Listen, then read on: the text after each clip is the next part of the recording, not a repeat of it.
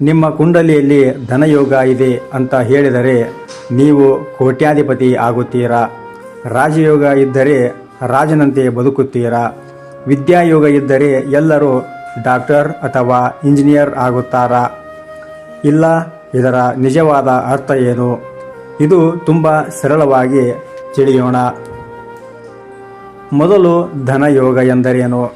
ಧನಯೋಗ ಎಂದರೆ ಹಣ ಗಳಿಸುವ ಅವಕಾಶಗಳು, ಸಂಪಾದನೆಯ ಸಾಮರ್ಥ್ಯ ಮತ್ತು ಆರ್ಥಿಕ ಪ್ರಗತಿಗೆ ಅನುಕೂಲಕರವಾದ ಗ್ರಹ ಸಂಯೋಗಗಳು ಎಂದು ಸಾಂಪ್ರದಾಯಿಕ ಜ್ಯೋತಿಷ್ಯದಲ್ಲಿ ಹೇಳಲಾಗುತ್ತದೆ. ಆದರೆ ಒಂದು ವಿಷಯ ನೆನಪಿಡಿ, ಧನಯೋಗ ಇದೆ ಎಂದರೆ ಹಣವು ತಾನಾಗಿಯೇ ಮನೆಗೆ ಬರುವುದಿಲ್ಲ. ಪ್ರಯತ್ನ, ಕೌಶಲ್ಯ ಮತ್ತು ಸರಿಯಾದ ಅವಕಾಶವು ಮುಖ್ಯವಾಗಿರುತ್ತದೆ. ಇನ್ನು ರಾಜಯೋಗ ಎಂದರೇನು? ರಾಜಯೋಗ ಎಂದರೆ ಗೌರವ, ಜವಾಬ್ದಾರಿ, ನಾಯಕತ್ವ ಅಥವಾ ಉನ್ನತ ಸ್ಥಾನ ಪಡೆಯುವ ಸಾಧ್ಯತೆಯನ್ನು ಸೂಚಿಸುವ ಗ್ರಹ ಸಂಯೋಗಗಳು ಎಂದು ಪರಿಗಣಿಸಲಾಗುತ್ತದೆ.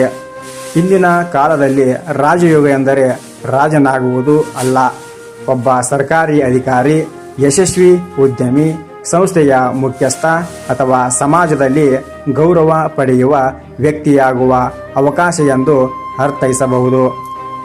ಇನ್ನು ವಿದ್ಯಾಯೋಗ ಎಂದರೇನು?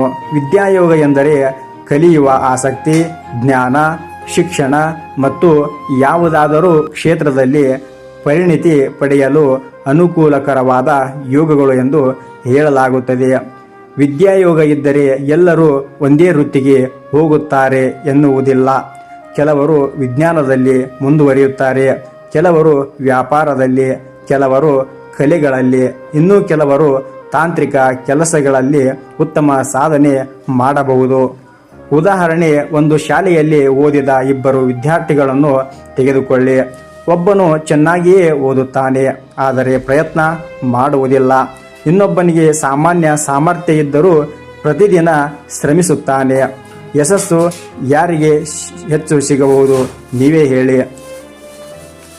ಹೆಚ್ಚಿನ ಸಂದರ್ಭಗಳಲ್ಲಿ ಪ್ರಯತ್ನ ಮಾಡುವವನಿಗೆ ಯಶಸ್ಸು ಸಿಗುತ್ತದೆ. ಅದೇ ರೀತಿ ಜ್ಯೋತಿಷ್ಯದಲ್ಲಿ ಯೋಗಗಳನ್ನು ಅವಕಾಶ ಅಥವಾ ಪ್ರವೃತ್ತಿಯ ಸೂಚನೆ ಎಂದು ನೋಡಲಾಗುತ್ತದೆ.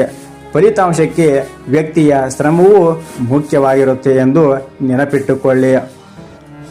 ಕುಂಡಲಿಯ ಯೋಗಗಳು ಜೀವನದ ಸಂಪೂರ್ಣ ಭವಿಷ್ಯವನ್ನು ಖಚಿತಪಡಿಸುವುದಿಲ್ಲ ಎಂದು ಅನೇಕ ಜ್ಯೋತಿಷ್ಯ ಪಂಡಿತರು ಹೇಳುತ್ತಾರೆ. ಅವುಗಳನ್ನು ಒಂದು ಮಾರ್ಗದರ್ಶನವಾಗಿ ನೋಡಬೇಕು. ನಿಮ್ಮ ಪ್ರಯತ್ನ, ಶಿಸ್ತು, ಸರಿಯಾದ ನಿರ್ಧಾರಗಳು ಮತ್ತು ನಿರಂತರ ಕಲಿಕೆಯೇ ಯಶಸ್ಸಿನ ಮುಖ್ಯ ಆಧಾರವಾಗಿದೆ. ಇಂತಹ ಸರಳ ಜ್ಯೋತಿಷ್ಯ ಮಾಹಿತಿಗಾಗಿ ನಮ್ಮ ಜೀವನ ಸತ್ಯ ಚಾನಲನ್ನು ಫಾಲೋ ಮಾಡಿ. ನಿಮ್ಮ ಅನಿಸಿಕೆ ಅಭಿಪ್ರಾಯಗಳನ್ನು ಕಮೆಂಟ್ ಮಾಡಿ, ಈ ವಿಡಿಯೋವನ್ನು ಶೇರ್ ಮಾಡಿ, ಲೈಕ್ ಮಾಡಿ.